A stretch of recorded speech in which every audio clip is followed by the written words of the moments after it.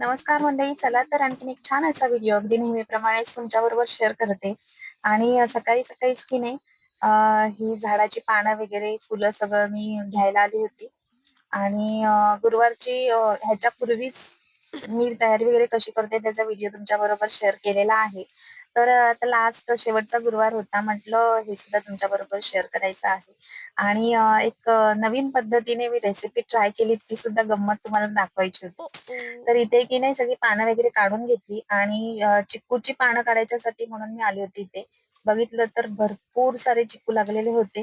म्हटलं ते सुद्धा काढायचे म्हणजे पूजेला ठेवायला मिळतील म्हणून. पण फार उंच होते तरी काठीने प्रयत्न केला बराच वेळ काढायचे. जेवढे काढते ना तेवढे ते खालीच पडत होते. त्या काठीला घळ होता तरी त्याच्यातून सुद्धा ते खाली पडत होते. म्हणजे त्या घळामध्ये पडतच नव्हते. जमिनीवरती आपटत होते आणि खाली कसे खडे आहेत त्याच्यामुळे ते फुटत होते. तर मग शेवटी काय केलं माहितीये का? ती फांदी जी आहे ती काठीने वाकवली आणि मग हाताने जे 3-4 जे काही चिक्कू मिळाले की नाही ते काढून घेतले. आणि मला दाखवते, खूप मोठं फळ आहे खरं तर हे. पण खाली एवढे काही छोटे-छोटेच होते, फार मोठे मिळाले नाही. ह्या झाडाचे चिक्कू फार मोठे असतात आणि ते पण मी त्याचा व्हिडिओ सुद्धा मी ह्याच्यापूर्वीही एकदा तुमच्याबरोबर शेअर केलेला आहे. त्याच्यामुळे तुम्हाला माहितीच असेल. तर चिक्कू वगैरे सगळे घेतले आणि त्याच्यानंतर फुलं काढायला गेले. तर तुम्ही म्हणाल आता, की गावामध्ये राहते वगैरे आणि अ, तरी पण आदल्या दिवशी एवढी म्हणजे झाडं तर दारातच असतात. मग पानं वगैरे आदल्या दिवशी सगळी तयारी करायची काय गरज वगैरे आहे? तर तुम्हाला खरं सांगू का 5:30 ला पूजेला सुरुवात करते मी. म्हणजे मुलं 7:15 ते 7:30च्या दरम्यान स्कूलमध्ये जायला निघतात ना, त्याच्यापूर्वी माझी पूजा पूर्ण झालेली असते. आणि सकाळीच ना 5:30च्या दरम्यान जर पूजेला सुरुवात करते, तर त्याच्यापूर्वीच आपल्याला तयारी करायला घ्यावी लागते. आणि मग एवढ्या काळोखात बाहेर जाणं माझ्यासाठी तर शक्य नाही. जरी मी गावाकडची असली तरीही. काळोखाची भीती वाटते त्याच्यामुळे काळोखात ती पानं वगैरे सगळं ही तयारी मी नाहीच करू शकत. त्याच्यामुळे आदल्या दिवशी सकाळीच की नाही माझी पूजा वगैरे झाली, तर मग मी तेव्हा ही सगळी तयारी करून ठेवते. म्हणजे दुसऱ्या दिवशी अगदी पूजेला व्यवस्थित आरामात मला ते सगळं करायला मिळतं. तर इथे ना झेंडूची झाडं लावली होती, रोपं. त्यांना बऱ्यापैकी फुलं मला मिळाली. त्याच्यामुळे पूजेला यावेळेस मला फुलं जी आहेत ती विकत आणावी लागली नाहीत. खूपच फुलं मिळाली होती मला पूजेसाठी. आणि त्याच्यानंतर बाजूलाच मिरचीची रोपं सुद्धा लावली होती. त्याच्यावरती सुद्धा एक 8-10 मिरच्या मिळाल्या. तर हे सगळं जे आहे की नाही मी तुमच्याबरोबर ह्याच्यापूर्वी सुद्धा शेअर केलेलं आहे. बऱ्याच जणींची कमेंट मला अशी होती, की ताई गावाकडची घरं खूप छान असतात म्हणून आणि तुमच्या आजूबाजूचा परिसर थोडा दाखवा म्हणून तरी एका व्हिडिओमध्ये. तर तुम्हाला खरं सांगू का? व्हिडिओ जे आहेत ना माझे ते शूट मीच करते, एडिट सुद्धा मीच करते. त्याच्यामुळे इनडोअर तर मला शक्य होतं व्हिडिओ शूट वगैरे करणं, पण आउटडोअरचं असेल की नाही तर आपल्याला दुसरं कोणतरी सोबत असलं तरच आपण व्यवस्थित ते शूट करू शकतो. त्याच्यामुळे कधीतरी बाहेरचा व्हिडिओ किंवा बागेतले वगैरे करायचे असतील ना, मुलं असतील तर त्यांची मदत घेते. आणि म्हणून त्याच्यामुळे जास्त तसे व्हिडिओ मी तुमच्याबरोबर शेअर करू शकत नाही. पण ह्या व्हिडिओची खूपच रिक्वेस्ट आहे, की आजूबाजूचा परिसर वगैरे दाखवा, घर दाखवा म्हणून. तर तो व्हिडिओ मी नक्की तुमच्याबरोबर शेअर करीन एक दिवशी. आणि इथे ना सगळी तयारी करून घेतली, फळं वगैरे सगळं एकत्र ठेवून घेतलं. आणि तुम्हाला आता मी उद्याची म्हणजे दुसऱ्या दिवशीची घाई कशी होती ते सुद्धा तुम्हाला दाखवते. तर सकाळीच आत्तापर्यंत माझा टिफिन वगैरे मुलांचं सगळं बनवून झालेलं आहे. त्यांची नाश्त्याची तयारी वगैरे करून झाली. सगळी रेडी ठेवलं मग त्यांचं आणि त्याच्यानंतर मग पूजेची तयारी करायला घेतली. आता सकाळी आता आदल्या दिवशी हे सगळं केलेलं असताना की नाही, दुसऱ्या दिवशी आपली अजिबात घाई वगैरे काय होत नाही. पण मुलं स्कूलमध्ये जायच्या अगोदर ती पूजा पूर्ण व्हायची असते माझी. कारण की त्यांची बाकी काही तयारी जरी करावी लागली नाही ना मला, तरी वेण्या वगैरे बांधायच्या असतात. त्या त्यांना नाही करता येत. त्याच्यामुळे ते मला करायचं असतं. आणि मध्येच मग 1-1.5 तासाचा वेळ मिळतो. त्याच्यामध्ये माझी पूजा होऊन जाते. मग हे सगळं मी ते करायला घेतलं होतं आणि त्याच्यानंतर त्याच्यानंतर मग पूजेला बसले. मुलांची फार काही तयारी करावी लागत नाही. फक्त टिफिन आणि नाश्त्याचीच तयारी मला सकाळी करावी लागते तेवढंच असतं. बाकीचं त्यांचं ते करतात कारण की मुली मोठ्या आहेत त्याच्यामुळे. आणि पूजेची मांडणी मी कशी करते किंवा पूजा कशी करते हे सगळं मी मागच्या व्हिडिओमध्ये डिटेलमध्ये तुमच्याबरोबर शेअर केलेलं आहे. त्याच्यामुळे ह्या व्हिडिओमध्ये सगळंच डिटेलमध्ये नाही दाखवलं. पण ना बरेचसे व्हिडिओ पाहिले होते मी. खूप जण ना असं खूप सुंदर साड्या वगैरे नेसवतात घटाला. मला काही ते जमत नाही. म्हणजे जमत नाही असं नाही, प्रयत्न केला तर तेही येईल. पण भीती काय वाटते माहितीये का, एकतर ते दिवसभर राहावं लागतं, व्यवस्थित राहिलं पाहिजे पूजा ती. आणि साडी वगैरे एकदा पण पहिले ट्राय केली पाहिजे आणि त्याच्यानंतर मग डायरेक्ट ते घटाला आपण नेसवू वगैरे शकतो, असं असतं ना. तर माझ्याकडे जे ते आपलं देवीचं नाही का मिळतं ते चुनरी वगैरे असतं, तेवढंच मी लावते आणि ती पूजा करते. तर घट मी कसा सजवते त्याचं मी मागच्या व्हिडिओमध्ये तुमच्याबरोबर शेअर केलेलं आहेच, ते नक्की बघा. आणि त्याच्यानंतर ना माझी पूजा वगैरे सगळं झालं आणि इकडे यांची तयारी सुद्धा झालेली होती. सगळं नाश्ता वगैरे झाला होता त्यांचा. तर मग त्यांच्या वेण्या घालून दिल्या आणि नंतर मग टिफिन भरला. तर टिफिनचे बरेचसे व्हिडिओ आहेत ते ह्याच्यापूर्वी तुमच्याबरोबर शेअर केलेले आहेत मी. आणि आज त्यांचीच डिमांड अशी होती की त्यांना छोले राईस पाहिजे होता. त्याच्यामुळे आज फारसं मलाही काम नव्हतं टिफिनचं. राईस दिला होता टिफिनमध्ये आणि त्याच्यानंतर मग ते स्कूलमध्ये गेले.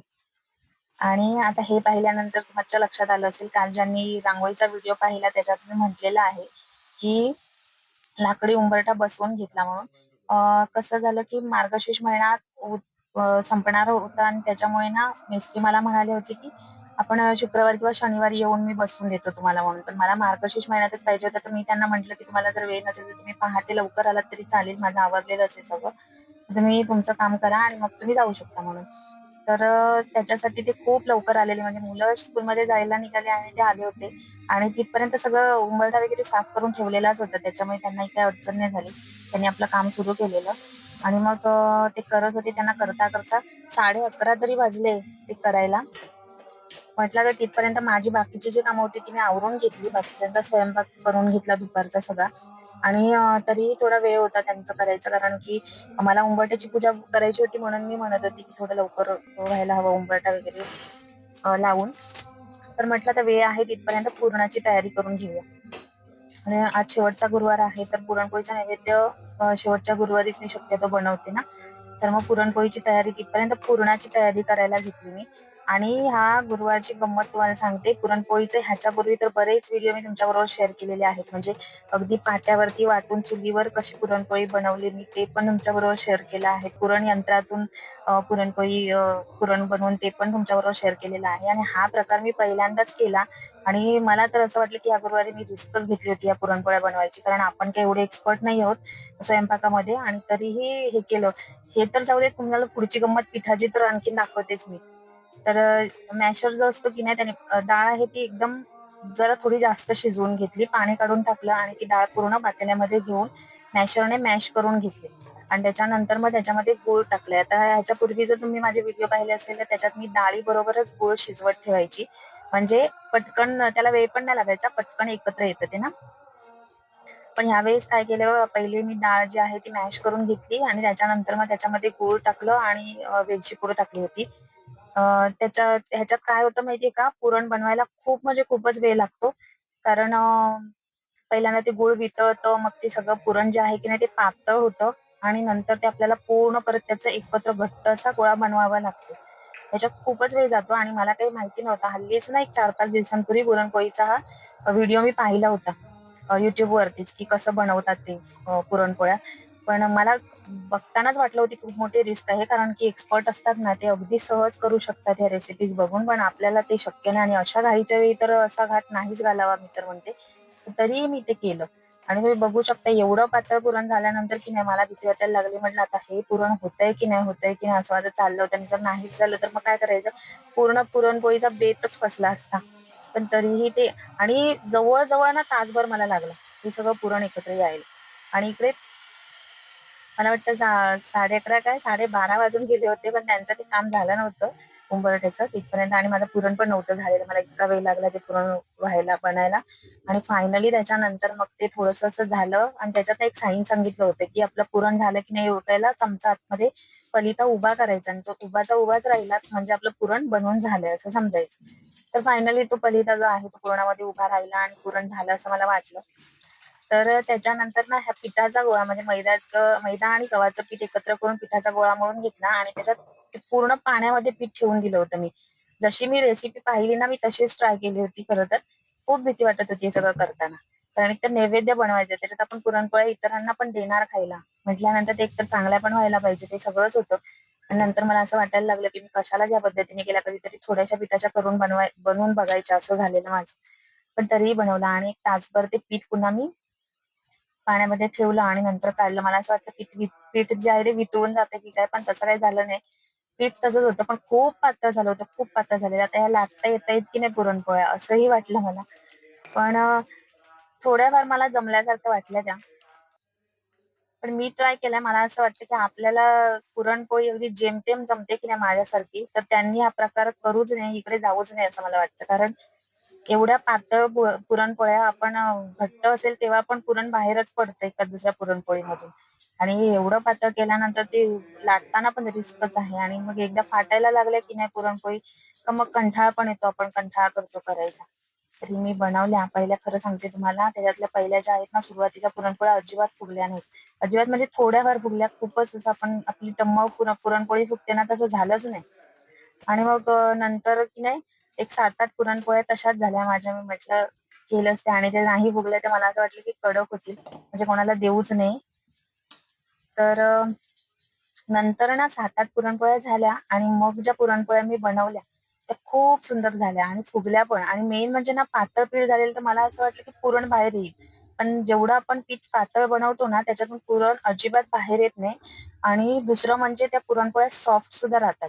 हे त्या व्हिडिओमध्येच सांगितलं होतं आणि तेव्हा मला बघायचं पण होतं म्हणून मी हे करत होती सगळं. पण ते खरंय. जेवढं आपण पातळ पीठ मळणार आणि पुरण जेवढं आपलं सॉफ्ट असणार की नाही, तेवढ्या आपल्या पुरणपोळ्या खूप जास्त वेळ सॉफ्ट राहतात आणि तेवढ्याच सॉफ्ट बनतात. तर एक-एक करून सगळ्या पुरणपोळ्या बनवून घेतल्या आणि जशा पुरणपोळ्या फुगायला लागल्या, तेव्हा मात्र खूपच मजा वाटली मला पुरणपोळ्या बनवायला. तर पीठ मी हे काढते, त्याच्यावरून तुमच्या लक्षात आलं असेल की किती पातळ झालेलं आहे ते पीठ. पण मी तुम्हाला खरं सांगू का? आज या पद्धतीने मी पुरणपोळ्या बनवल्यात, पण मला वाटत नाही मी ह्या पद्धतीने पुरणपोळ्या बनवेल म्हणून कधी. कारण की आपली रोजची जी पद्धत आहे ती अगदी उत्तम आहे. तशाही पुरणपोळ्या सॉफ्टच राहतात. पण म्हटलं आता बघितलंच आहे तर ट्राय करून बघू म्हणून मी रिस्क घेतली होती आज. तर पुरणपोळ्या जशा फुगत होत्या तशा खूप बरं वाटत होतं, की इतकी जी मेहनत घेतली होती, त्याचं फळ मिळालं असं वाटायला लागलं. म्हणजे पुरणपोळ्या आता कोणाला द्यायला काही हरकत नाही. आणि ह्या पद्धतीने पुरणपोळ्या केलेल्या की नाही खूप सॉफ्ट राहतात खरं आहे आणि बराच वेळ अगदी त्या खूप म्हणजे खूप सॉफ्ट राहिल्या होत्या. त्याच्यामुळे अशा पद्धतीने ज्यांना कोणाला करायचे असतील ते करू शकतात. आवड असेल त्यांना पण आणि एक्सपर्ट असतील त्यांनी तर करावेच, ते तर करतच असतील. पण माझ्यासारखी म्हणजे माझ्यासारखे एव्हरेज जे असतील स्वयंपाकामध्ये त्यांना हे सगळं काही जमणारं मला वाटत नाही. बराच वेळ जातो म्हणजे दुपारनंतरच झालं ते माझ्या सगळ्या पुरणपोळ्या बनवून. तशा पद्धतीने एक-एक पुरणपोळी करून घेतली आणि अजून मला उंबरठ्याचं पूजन, रांगोळी वगैरे सगळंच करायचं होतं. तर माझ्या पुरणपोळ्या होईपर्यंत उंबरठा लावून झाला होता. उंबरठ्याचं पूजन वगैरे केलं आणि अशा पद्धतीने आपल्या पुरणपोळ्या झालेल्या आहेत. उंबरठ्याचं पूजन वगैरे केलं आणि नंतर मग संध्याकाळी नैवेद्य दाखवला. उंबरठ्याचं पूजन माझं आज दुपारपर्यंत सुद्धा झालं नव्हतं. त्याच्यानंतरच झालं. पण झालं फायनली. तर जेवणामध्ये की नाही आज गोडमध्ये पुरणपोळी होती, वरण होतं, पाल्याची भाजी होती, त्याच्यानंतर मटारची उसळ होती आणि कापं होती आणि लोणचं. तर असं सगळं आजचं जेवण होतं आणि आजच्या दिवशी जी मी रांगोळी काढलेली आहे की नाही, ती मी कालच्या एका शॉर्ट व्हिडिओमध्ये तुमच्याबरोबर डिटेलमध्ये शेअर केलेली आहे. ज्यांनी कोणी पाहिली नसेल त्यांनी नक्की पहा. अतिशय सोपी आहे आणि नक्की ट्राय सुद्धा करा. अशी सगळी होती माझी गुरुवारची धावपळ आणि मला जसा नैवेद्य करायचा तसा मी केलेला आहे. कसा वाटला व्हिडिओ नक्की कमेंट करून सांगा आणि आवडला असेल तर लाईक, शेअर अँड सबस्क्राईब.